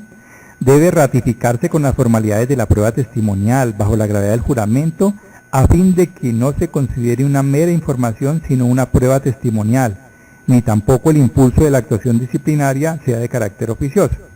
De allí la gran diferencia entre lo establecido por la Corte Constitucional, seguido en sus procesos por el máximo órgano rector del Ministerio Público, frente a lo realizado por la personería, ya que ésta tomó una queja interpuesta sin el lleno de los requisitos, no la ratificó para que sirviera como prueba, no inició el proceso con base en esta, sino que la utilizó como información para impulso oficioso que permitiera realizar una visita, generar un informe y basarse en este para iniciar el proceso. Dijo la Corte en dicha sentencia que, comillas, ¿sí?, eventualmente puede poner en movimiento la actividad disciplinaria, hablo de la queja, y en tal situación determinar la posibilidad de que se surta la indagación preliminar y que se cite al funcionario denunciado para que exponga su versión sobre los hechos denunciados de aquella, o bien que se abra investigación si el contenido de la queja se deduce que hay mérito para ello. Aquí en este caso ocurrió todo lo contrario. Fue el quejoso quien presentó su escrito irregular sin siquiera mencionar que lo hizo bajo la gravedad del juramento el día 26 de abril de 2017, con una eficiencia extraña a los 2 días. El 28 de abril se realizó la visita,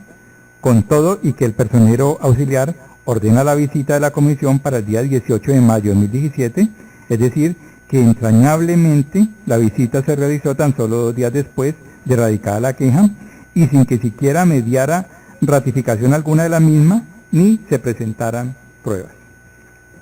Lo que determina entonces que se reúnen los supuestos para que el proceso hubiese sido originado con base en queja ciudadana, no en informe de servidor público,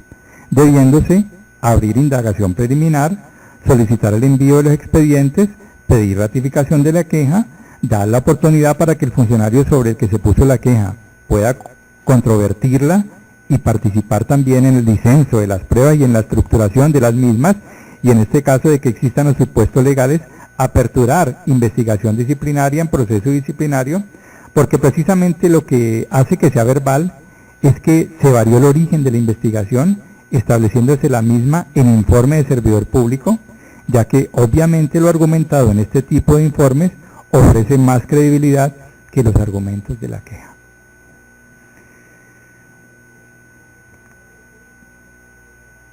Vuelvo a reiterar sobre las visitas no autorizadas en manual de funciones, porque quizá este es uno de las piezas medulares que pone a trastabillar pues, el marco de la competencia del informe, que a mi modo de ver, salvo mejor criterio del despacho, pierde precisamente valor y por lo tanto lo recaudado probatoriamente queda sin peso, y es allí que es donde la nulidad cobra mayor soporte, no pudiendo entonces proseguirse la actuación en tanto que dista del marco de la legalidad. Entonces, repito, frente a las visitas no autorizadas en el manual de funciones, dice que de conformidad con el acuerdo 0251-2008, el despacho del personero auxiliar no tiene facultades para realizar o autorizar este tipo de visitas a los organismos, a menos que haya sido delegado o facultado por el personero municipal, o se encuentre reemplazando a este por alguna falta. Le repito al despacho, en el expediente no obra documento formal del personero facultando al personero auxiliar para que realizara dicha visita a la Secretaría del Deporte. Por lo tanto, mi pronunciamiento es con base en lo que está en el expediente de manera íntegra, y de hecho no está esa autorización del personero, y la función tampoco está prevista y faculta al personero auxiliar. Si no lo faculta, pues entonces lo anterior no tiene por qué tener plena validez del despacho para continuar con una actuación disciplinaria que tiene un impedimento de seguir precisamente impulsándose por parte de su dignidad. Esta actuación está en cabeza del personero, como bien lo dije, y hace referencia a denuncias por violación de derechos humanos, no para generar informes que permiten iniciar investigaciones disciplinarias en vigilancia de la conducta oficial y mucho menos en realización de control a la gestión, ya que esta última actuación es del resorte de la Contraloría Municipal. A partir de la Constitución Política y las normas que la desarrollan y reglamentan, hay una clara diferencia entre el organismo de control municipal. A la Contraloría le corresponde el control fiscal y de gestión, y a la Personería la guarda y protección de los derechos humanos y la vigilancia de la conducta oficial. La segunda misión de la Personería no debe confundirse con la misión de la Contraloría, es decir, que las denuncias o quejas que reciba el Ministerio Público Municipal con relación a temas de contratación deben surtir uno de dos caminos: trasladarse a la Contraloría Municipal para que realice auditoría al respecto, o a la Dirección de Vigilancia de la Conducta Oficial dentro de la misma Personería, y a esta conclusión también se llega al revisar el Acuerdo 0251 de 2008 y la Resolución 04 de 2009, mediante la cual se ajustó el Manual de Funciones, Requisitos y Competencias Laborales de la Personería. La Resolución número 004 de 2009 establece las funciones del personero municipal y dice: realizar visitas de verificación de oficio o a petición de partes sobre vulneración de derechos humanos y del derecho internacional humanitario. Es decir, solamente se inscribe como competencia del personero municipal el realizar visitas de verificación de oficio o a petición de parte sobre vulneración de derechos humanos y del derecho internacional humanitario. Y dice el numeral 19 más adelante, que también está dentro de su competencia, exigir a los funcionarios públicos municipales la información necesaria y oportuna para el cumplimiento de sus funciones, sin que pueda oponérsele reserva alguna, salvo excepción prevista en la Constitución y la ley.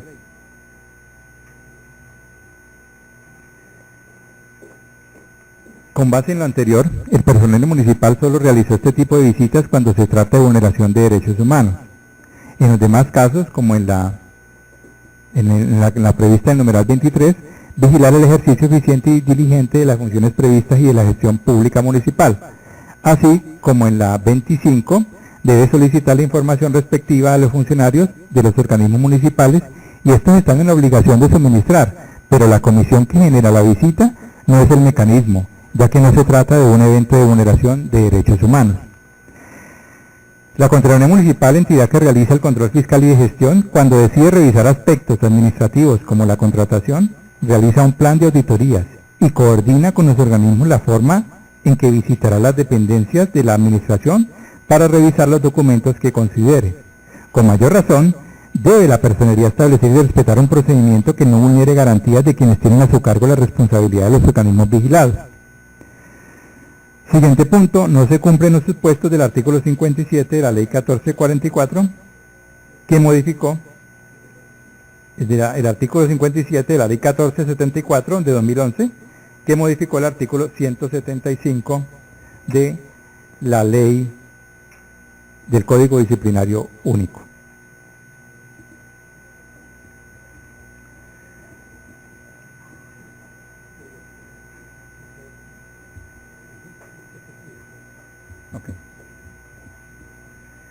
Para que proceda el procedimiento verbal, deben presentarse las razones establecidas en el artículo 57 de la Ley 1474 de 2011, lo cual no se cumple en este caso por cuanto ninguna de las razones expresadas se enmarca en los incisos primero y segundo de este artículo. De los supuestos del inciso 1 que conllevan al procedimiento verbal, no se presenta ninguno de las 25 faltas gravísimas contempladas en el artículo 48 de la Ley 734 de 2002, que exige el procedimiento verbal. No se cumple ninguna, incluso en el auto número 053 de enero 16 de 2018, al momento de calificarse la falta se hace como gravísima de conformidad con el numeral 31 del artículo 48 de la Ley 734 de 2002, lo cual no está incluida dentro de las 25 que exige el artículo 57 de la Ley 1474 de 2011 para que haya proceso verbal. Lo único que podría interpretarse, y eso sí, no de manera garantista para el investigado, es el inciso final que establece: en todo caso, y cualquiera que fuere sujeto disciplinable, Si al momento de valorar sobre la decisión de apertura de investigación estuvieran dados los requisitos sustanciales para proferir pliego de cargos, se citará audiencia. Este numeral no puede interpretarse de manera arbitraria como si el operador disciplinario pudiera llevar mediante proceso verbal la situación que a su juicio considerara. Respecto a este artículo se produjo la sentencia C-302 de 2010, la cual precisó y que es conocida por el despacho. Comillas, adviértase de otra parte que la eventualidad prevista en el inciso tercero acusado está precedida en el caso del procedimiento ordinario, que es en virtud de la imbricación que tiene lugar por mandato legal, donde precisamente tiene aplicación el contenido normativo de dicho inciso, de un conjunto de etapas que amplían las garantías de la persona disciplinada únicamente cuando se haya verificado objetivamente la falta y existe prueba que compromete la responsabilidad de la persona disciplinada, y solo ante una eventualidad tal puede el funcionario de conocimiento citar audiencia. Es decir, que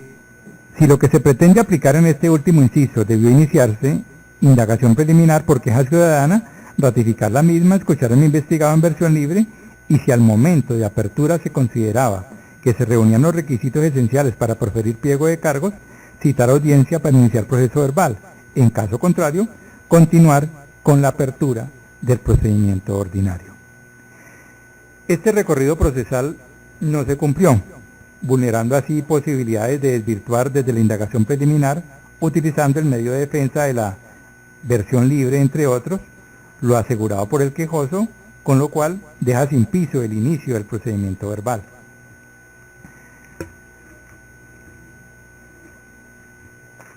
El pliego de cargos se formula cuando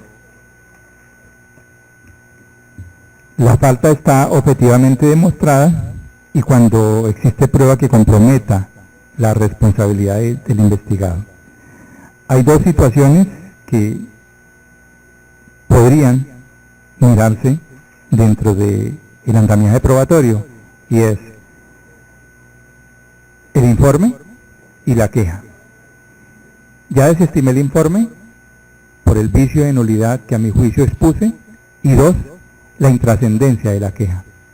Con ello quiero significarle, doctora, que no había lugar a citar audiencia en tanto que no estaban dados los presupuestos para proferir pliego de cargos. Por eso no cabe la apreciación del despacho en ese sentido, de manera respetuosa recabo sobre ello.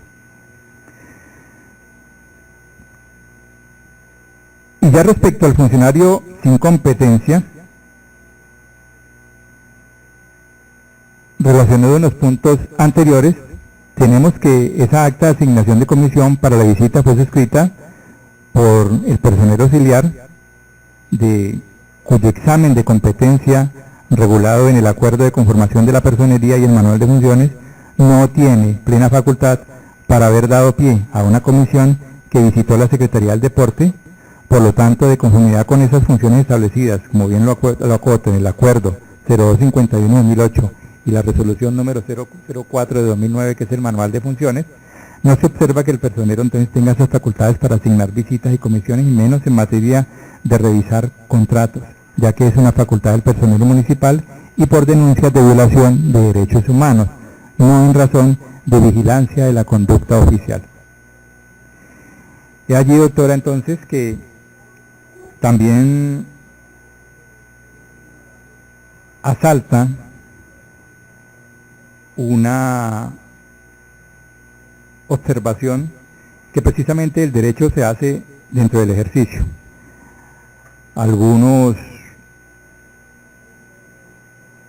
académicos manifiestan que el derecho es fácil porque apela a la lógica, y la lógica es propia de todo ser pensante. Lo difícil del derecho es ejercerlo, y ejercerlo bien. Entonces, el derecho bien se hace pensando. Y entonces, dentro de esos pensamientos y dentro de esas dinámicas propias de la curiosidad y el apasionamiento que reviste uno en su corazón por el derecho disciplinario, había cuenta que pues uno no es nuevo en estos temas, de lo cual yo admiro también su experiencia. llega uno y se pone a pensar sobre la situación polémica que en su momento le expuse, pero hoy en audiencia lo formalizo, de lo que significa el auto que cita audiencia como tal y el auto que ordena el procedimiento verbal. El auto que califica el procedimiento verbal en tanto que encontró los presupuestos. Sí, que la Procuraduría lo hace así, que Control Interno Disciplinario lo hace así, pero por eso le hice ese preámbulo respetuoso de que el derecho se hace pensando, y incluso con ciertos colegas quiero entrar a, incluso si los operadores disciplinarios se resisten a cumplir con lo anterior, a establecer una demanda académica en aras de precisar que el auto que cita audiencia es un auto totalmente distinto al que ordena el procedimiento verbal. Y ello es así, doctora, en tanto que ahora, a raíz del estudio y la profundidad,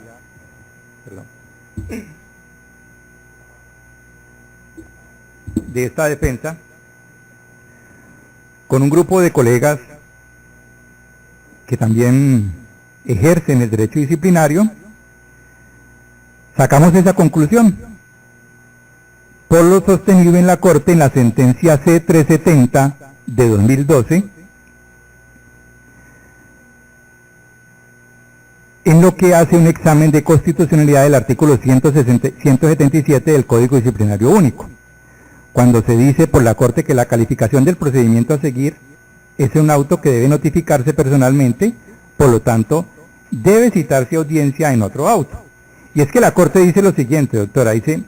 por lo anterior, de allí es donde viene el debate interesante, que en procura de si el despacho acoge la tesis expuesta por este defensor, pues empecemos a hacer derecho, de eso se trata. Dice la Corte Constitucional, por lo anterior, una interpretación sistemática de ambas normas permitiría aplicar dos interpretaciones.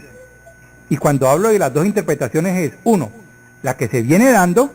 que es que en el mismo auto se ordena el procedimiento verbal y se cita audiencia, o la otra, la que yo estoy exponiendo, que son dos autos separados que precisamente garantizan al investigado tener tiempo de preparar su defensa. Y no con ello quiero decir que en ese interregno de tiempo concedido por el despacho para citar audiencia, no se dio también tiempo para montar la defensa, pero una cosa es montar una defensa con un tiempo considerable y otra cosa es montar una defensa con premura. Eso sí no admite discusión. Entonces, apelo a las comillas, doctora, para citar este extracto, que académicamente es donde estos espacios en el ejercicio del derecho disciplinario permiten exponer en procura de sanear el proceso si su señoría así lo considera. Dice la Corte, por lo anterior, una interpretación sistemática de ambas normas permitiría aplicar dos interpretaciones. Uno, que la citación a audiencia deba notificarse personalmente desde el momento en que se emitió el auto que ordena hasta 15 días después de su expedición. O dos, que el término señalado en el inciso demandado para comenzar la audiencia solamente pueda comenzar a correr después de la notificación de la decisión. Y mire lo que dice la Corte, doctora, dice, la primera posición podría llevar a soluciones que afecten el derecho de defensa y el principio de publicidad en las actuaciones administrativas. ¿Cuál es la primera posición? La que se está haciendo. En un solo auto, calificar el procedimiento verbal, ordenarlo y citando audiencia, en artículo siguiente. Entonces dice que la primera posición podría llevar a soluciones que afecten el derecho de defensa y el principio de publicidad en las actuaciones administrativas, como por ejemplo exponer al disciplinado a asistir al inicio de un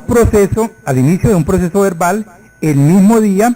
o al día siguiente de la notificación, lo cual no le daría tiempo suficiente para preparar su defensa. Por lo anterior,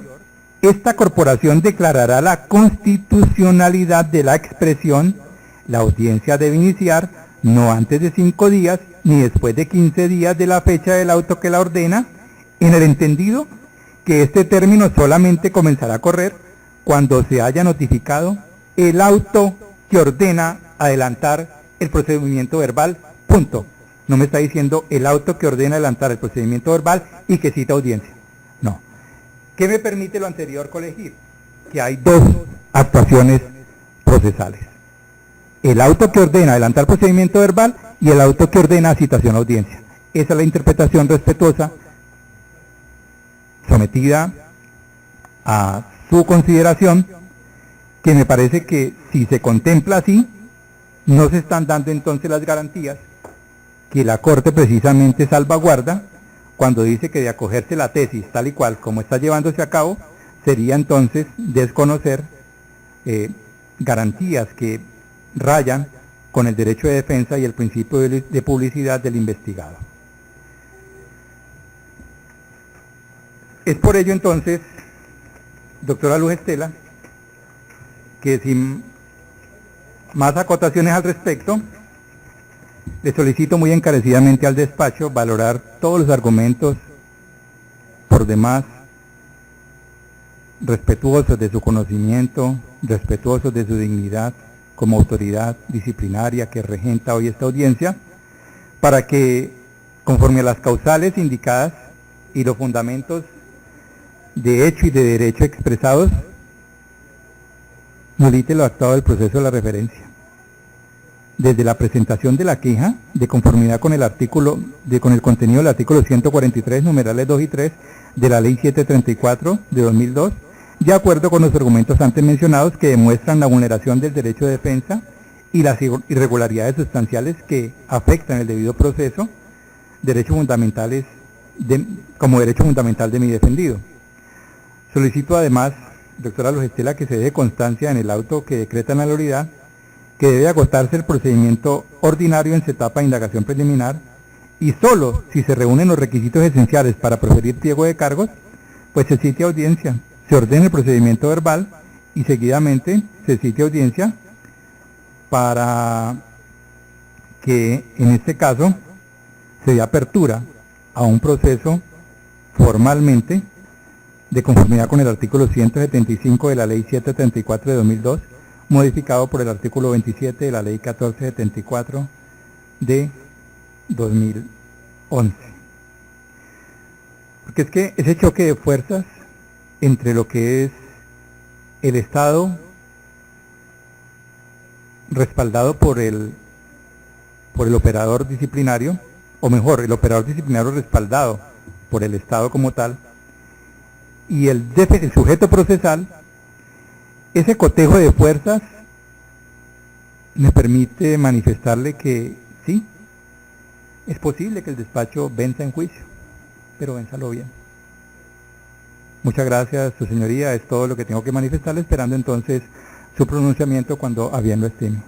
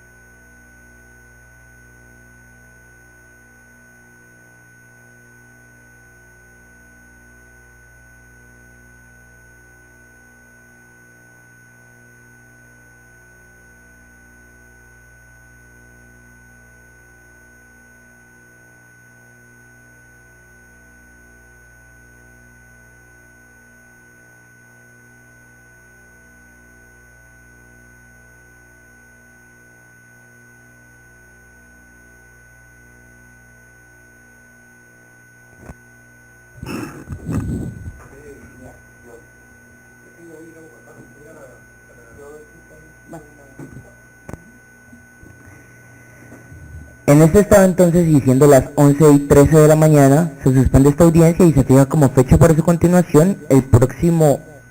jueves 1 de marzo a las 9 de la mañana, oportunidad en la cual se dará respuesta a la solicitud de nulidad del doctor. Se firma entonces en constancia por los que intervinieron en esta audiencia, con la salvedad que el desarrollo de la misma se encuentra grabado en medio digital. Queda notificado por estrados la presente.